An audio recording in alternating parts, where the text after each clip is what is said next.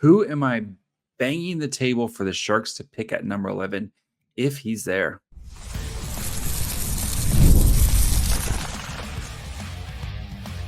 You're Locked On Sharks, your daily podcast on the San Jose Sharks, part of the Locked On Podcast Network, your team every day.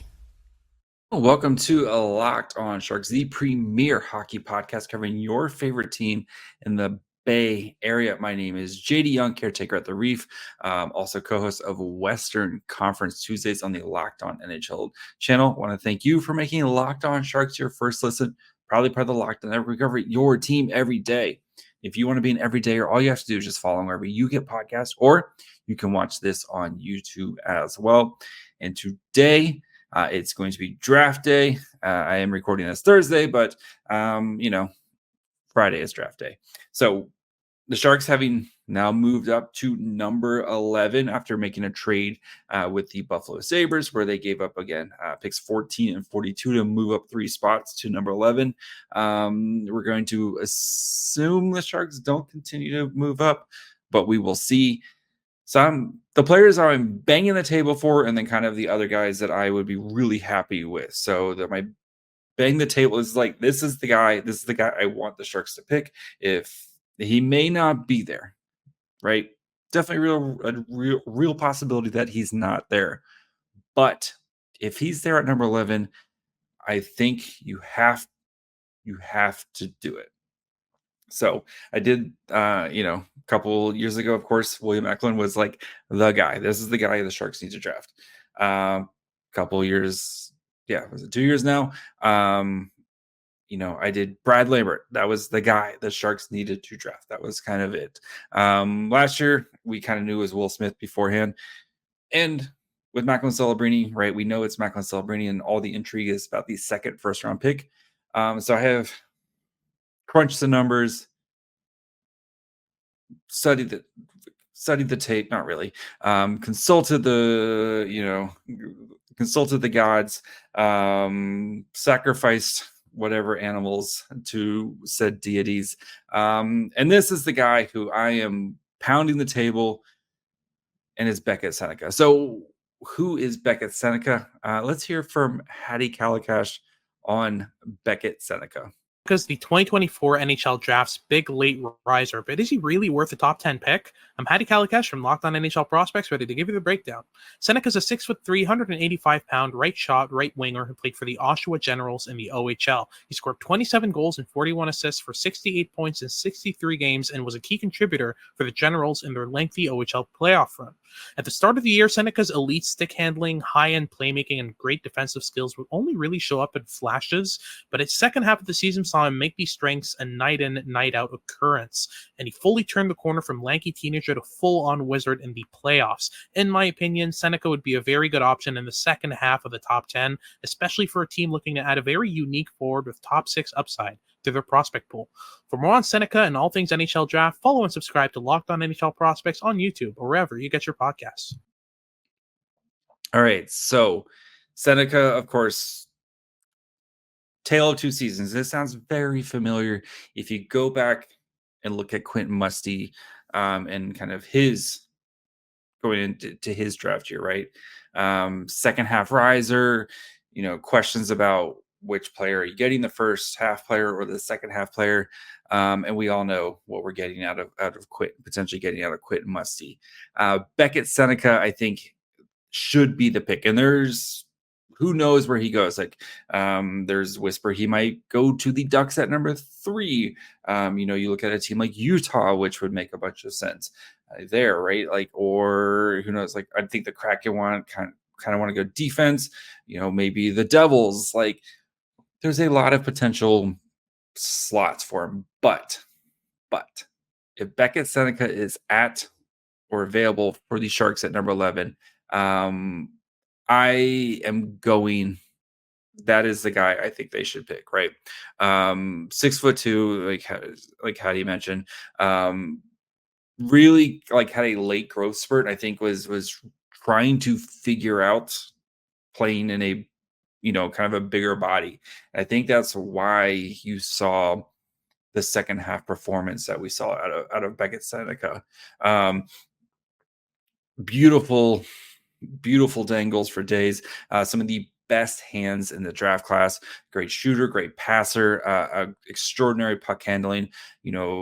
Smart player. The physicality is working on it, right? And I think for him, as he continues to get used to being a big boy now, kind of figuring out how to play as a big boy is going to be kind of that next step and next evolution for him.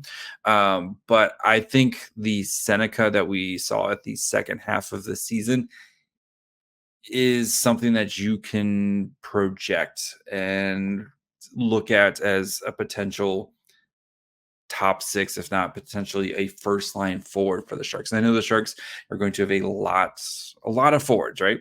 And Mike Grier said best player available.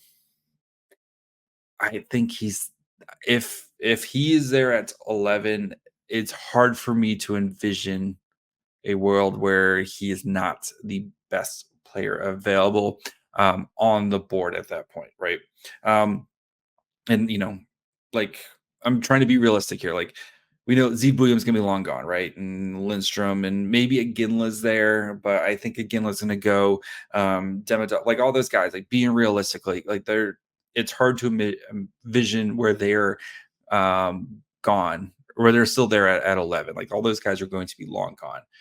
But Beckett Sennecke, I think, has a legitimate shot to be available at 11. And if he is, I think the Sharks should take him, because you're setting up your top six for the next long time, right? You could potentially roll a top six out of Eklund. Beautiful, we know what he can do, creating, especially for others. Celebrini, just absolute monster. Whatever you need Celebrini to do, right? He can do that. You need him to be a scorer, he can score. You need him to be a facilitator. You need him to play defense. Whatever Celebrini, that's the great thing about picking Celebrini is like you're just, whatever you do at 11 now is just kind of feels like the cherry on top, or the icing on the cake, or whatever metaphor you want to use there. But Sennecke Sennecke playing next to Celebrini, both guys who again have that dog in them, as the kids say. Just like, and he can finish and score. It gives just such balance on a potential line where he could be that type of player. So what some of the scouts are saying about Sennecke. All right. He belongs in the Western Conference. He belongs in the first round. A lot of skill there, but he's got to put on some muscle. Definitely someone who is at his best with some speed in space.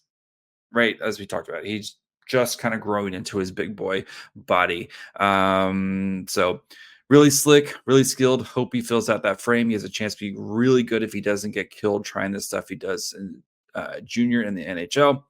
Right, every player who plays in juniors, they are going to try stuff and do stuff that you can do in juniors that you can't do in NHL, and that's part of the evolution of, as our good friend Hattie likes to say, the experimentation. What can I get away with as the competition gets a little bit tougher, right? And it's easier to scale back than it is to try to pull things out from these players. So him being able to dangle the pants off guys right now, that's great, right? And we know as he gets to the NHL, he's not going to be able to do all those things. But again, it's easier to ask a guy to scale down than it is to try to pull things out.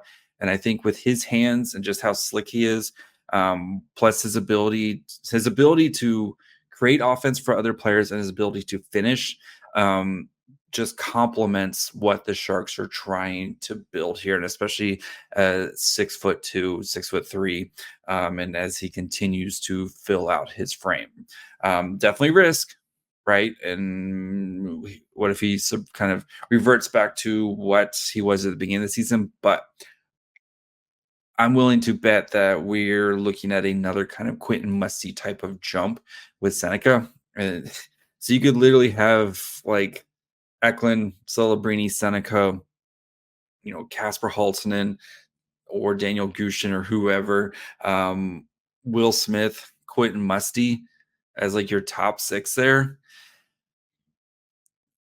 That's scary because of just how diverse everybody is and how all their skill sets complement each other. And then you can just continue to attack the defensive, or you can look to add, because you can add players through other means. You can trade for players, you can sign players in free agency. So but having a core like that's Beckett Sennecke should be. He is the guy where if he's available at 11, that's who I think the Sharks should pick. So we'll look at some of the defensemen and kind of two defensemen I'm going to kind of make their case for between Carter Yakemchuk and Zayne Parekh, and kind of which way I think the Sharks are going to lean if they're kind of choosing between those two. So we'll get to that here in just 1 minute. Passion, drive, and patience, the formula for winning championships. It's also what keeps your ride or die alive. eBay Motors is everything you need to maintain your vehicle and level it up to peak performance. Superchargers, roof racks, exhaust kits, LED headlights, and more. Whether you're into speed, power, or style, eBay Motors has got you covered. With over 122 million parts for your number one ride or die, you'll always find exactly what you're looking for. With the eBay Guarantee Fit, your part is guaranteed to fit your ride every time or your money back. Because with eBay Motors, you're burning rubber, not cash. With all the parts you need, the prices you want, it's easy to make your car the MVP and bring home huge wins. So keep your ride or die alive at ebaymotors.com. Eligible items only. Exclusions apply. eBay Guarantee Fit only available to U.S. customers. All right. So Beckett Sennecke, that's the guy I would pick. I think, though, the Sharks are going to probably lean towards defense. So I think there's 2 realistic candidates, right? You look at kind of that top 6 guys. Like I said, I think Siljev's going to be gone. I think Levchnow's going to the Blackhawks. I think Siljev's going to be long gone, whether he goes wherever he goes, right? I think Zebullium's going to be gone. And I think Sam Dickinson's going to be gone. I think all those guys, if I had to pick, I would say maybe Dickinson is potentially the one who could be there. But I'm trying to be real, keep realistically here. So that leaves Carter Yakemchuk and Zayne Parekh. So let's get a nice little reminder of Carter Yakemchuk here from our good friend Hattie. Carter Yakemchuk can do things with the puck that no other defenseman in the 2024 NHL draft would even think of. But can he translate his game to the NHL? I'm Hattie Kalakash from Locked On NHL Prospects, ready to give you the breakdown. Yakemchuk's a 6'3", 205-pound right-shot defenseman who played for the Calgary Hitmen in the WHL. He scored 30 goals, which is the most of any defenseman in the WHL, and added 71 points in 66 games for the Hitmen. He has better hands and more on-puck confidence than almost any forward in this class, let alone defenseman. He's more than comfortable taking on teams 4-on-1, 5-on-1. He doesn't care. He's got a bomb of a shot to complement it as well. He's very, very violent, and he's a decent forward skater. So there's a lot to work with here, but he'll need to fix his defensive play. He'll need to add some more composure to his game and kind of rein in the aggression a bit. He's going to need a patient approach moving forward, but at the end of the day, we might be talking about the second coming of Brent Burns here. For more on Yakemchuk and all things NHL prospects, follow and subscribe to Locked On NHL Prospects on YouTube or wherever you get your podcasts. The second coming of Brent Burns. Who did Brent Burns play for the majority of his career? That would be the San Jose Sharks. Yes, and does have his issues. And Yakemchuk, I think if he pans out and it becomes basically Brent Burns 2.0, you're going to have those moments where he does things that few people of his size and skill can do. And then he's going to have those moments where you want to pull your hair out because he potentially just kind of makes a mistake, right? And I think the hockey IQ is something he's going to kind of need to continue to work on along with the skating there. But if I live by the defenses for nerd, go score points, I have to die by the defenses for nerds, go score points. And I think Carter Yakemchuk kind of fits what the Sharks are looking for. You know, he scores a ton, right? And he had to do a lot on this Calgary Hitman team, which was not very good. Like and that could have been one of those things that kind of pushed him to maybe have to be a little bit riskier, et cetera, because of just this team, right? But he's hard-nosed, he's physical, he's violent, you know, like he has a tenacity and a snarl to him that Mike Grier wants, right? We hear that compete level, right?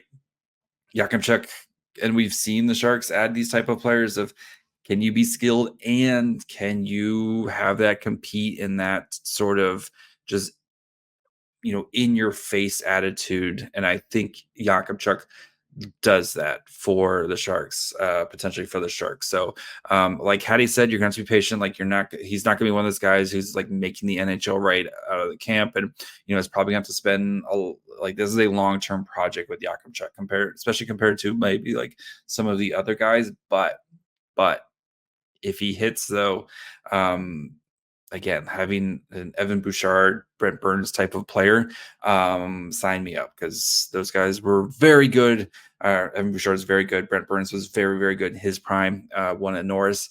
So if you're getting anywhere near that, that's a win at number 11. So the next guy, Zayne Parekh, also in the defenses for nerds, go score a bunch of points. So let's get a little bit more caught up on him with our good friend Hattie as well. Zayne Parekh is without a doubt the most skillful offensive defenseman in the 2024 NHL draft, but can he make it work in the NHL? I'm Hattie Kalikesh from Locked On NHL Prospects, ready to give you the breakdown. Parekh is a 6-foot, 180-pound right-shot defenseman who played for the Saginaw Spirit in the OHL. He scored 33 goals and added 63 assists for 96 points in 66 games from the blue line. He was also a key part in Saginaw winning the Memorial Cup just recently. Parekh's offensive game would work on an NHL power play as constructed today. He has a heavy wrister. He's really smart. He's got amazing vision. He sees passes that no one else can see in this draft, and he's also got an out-of-this-world level of composure with the puck. If he can improve his defensive game, make fewer mistakes, he could turn into an Adam Fox type of defenseman. There's high-end upside here, and that's why he's our top defenseman in the 2024 NHL Draft. For more on Parekh and all things NHL Draft, follow and subscribe to Locked On NHL Prospects on YouTube or wherever you get your podcasts. Zayne Parekh, defenses for nerds, go score points. And super smart, like outthinks players. Like Hattie said, he can probably run a power play right now in the NHL. Great vision, potential, you know, just, and a great shot, great skater. Like Elite Prospects has him as their like number one offensive defenseman, number one four-way mobility defenseman. Like his great transition, insane ceiling. And, you know, yes, he's going to have to work on defense. But if you remember, our good friend Brock Otten was very much like, his defense is better than you think, but it's going, you know, it definitely needs to work on it. But so much is created by his offense that, like, you know, you kind of, his defense gets overshadowed by it. And I think these are the two guys who I really, really think Mike Grier is probably going to have to decide between. And Parekh maybe has a touch higher ceiling of the two, and I think he's a smarter player than Yakimchuk. But like, I think Yakimchuk has a little bit more of that like grit and, you know, kind of in your face competitiveness, I think, than Parekh. Not that Parekh is, you know, Parekh's a very competitive person as well. But, you know, and the size too, it's a bit different. I mean, Zayne Parekh is 6 foot, 180. Yakimchuk is 6'3", like 200 pounds already. So, you know, I think the size does lean kind of in Yakimchuk's favor there. So, if I had to guess between the two, if they're both there at 11, I would guess Grier does go Yakimchuk, just because I think that kind of fits the mold. But I would be happy with either one of these guys. It would help potentially solve a huge question on the Sharks blue line. as you basically have Mukaba Dolan, Luca Cagnoni, and now like adding one of these pieces there, I think would be go a long way in what the Sharks are, kind of trying to put together here. So we'll continue. We'll look at guys at 33. So I'll have 3 guys here at 33 who I would be super excited if they were able to, if they were there and would try to draft. So we'll get to that here in just 1 minute. I love sports. I love them so much. I wish they would never stop. But as the playoffs have now wound down, we get fewer games and the sports aren't sportsing like I want them to. But FanDuel lets me keep the sports going whenever I want. All I have to do is open the app and dream up bets anytime I'm in the mood. And this summer, FanDuel is hooking up all customers with a boost or a bonus daily. That's right. There's something for everyone every day, all summer long. So head over to FanDuel.com/lockedon and start making the most out of your summer. FanDuel, official sports betting partner of Major League Baseball. All right, let's finish up quickly here with 3 guys. So the first guy who I would like, if he's there at 33, you run to go draft him, and that's EJ Emery. EJ Emery, a slam dunk first-round talent in the 2024 NHL Draft. I'm Sebastian High from Locked On NHL Prospects, ready to give you a breakdown of his game. Emery is a 6'3", 183-pound, smooth skating right shot defenseman who played with the U.S. National Team Development Program last season. In 61 games, he scored 16 points, all assists. The offensive ceiling is certainly a little bit limited, but he is the best rush defender eligible in this draft class. He's able to combine his high degree of physicality, excellent mobility, and strong sense of timing in the defensive zone to steal space and time away from his opponents. He's off to a strong program at the University of Minnesota next season to progress his game, and with 4 or 5 years of development, he could turn into a Chris Tanev style of NHL player. If you want to learn more about Emery or other 2024 draft eligibles, make sure to check us out at Locked On NHL Prospects on YouTube or wherever you find your podcast. So yeah, EJ Emery, I don't think he's going to be there at 33. I think someone is going to take him before him, but there is a chance. And I know the offensive upside, like he said, maybe isn't there, but you're getting maybe I don't want to say Mark-Edward Vlasic, but you're getting a Mark-Edward Vlasic type of player who I think is going to be just so good defensively. And if you can get that at the second round, it's going to take longer development type, but if he's just so good defensively that all you got to do is just find the right offensive partner for him. And I think the Sharks will have or do have some guys who can provide a little bit more offense, but he's good in transition. He shuts the guys down defensively. He's big, he's smooth. Emery is a guy who I would, again, if he's available at 33, I don't think he's going to be, but if he is, you run to the podium to make that pick and don't trade the pick first thing Saturday morning. So he's the first guy I'm like, yes, that's it. Another defenseman who I would be very, very excited about is one Henry Muse. Muse, an underrated offensive defenseman eligible for the 2024 NHL draft class. I'm Sebastian High from Locked On NHL Prospects, ready to give you a breakdown of his game. Muse is a 6 foot, 185-pound right shot defenseman who skates like the wind, and he played in the OHL last season for the Ottawa 67s. There, he logged 61 points through 65 games, which was especially impressive considering that Ottawa's system does not encourage its blue liners to activate all that much in the offensive zone. He still has a decent amount of decision-making warts, but he's a fantastic skater who moves the puck well, is a true distributor and quarterback in the rush and in the offensive zone, and is able to leverage his passing and handling ability to create offense. He could be a Neil Pionk-style NHL defenseman in 5 or 6 years and could be an NHLer in about 4. To learn more about Muse and all other 2024 draft eligibles, make sure to check us out at Locked On NHL Prospects on YouTube or wherever you find your podcast. Yeah, Muse, the guy who I'm super, super excited. I think has a really good chance to be there for San Jose. And especially if they do go forward at even if they don't go forward at 11, I would jump all over Henry Muse because I think he has. I think he's got potential to be a really, really good player.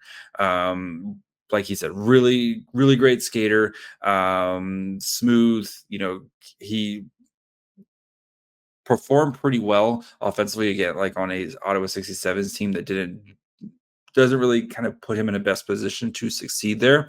Maybe not the most physical type of player, but I think there's a lot to work with here on a guy who's like 6 foot, 185 pounds, right-handed shot. So I really like his Muse. I like Muse. He's a guy who could be there that I would be super, super excited about. So Badinka, another guy, I didn't pull his clip, but Badinka's another guy who I'd be kind of just another name to kind of keep an eye on if he's potentially there for San Jose. And those are kind of like the 3 defensemen I would really be targeting at 33. I think if I had to put in order, most likely it'll probably be like Muse, Badinka, Emery, most likely available there. But those are kind of a couple guys I would really be looking forward to. If they do go defenseman at 11, there's a forward I would love for them to pick. That's Henry. Sorry, not Henry. Sorry, excuse me. That's Teddy Stiga.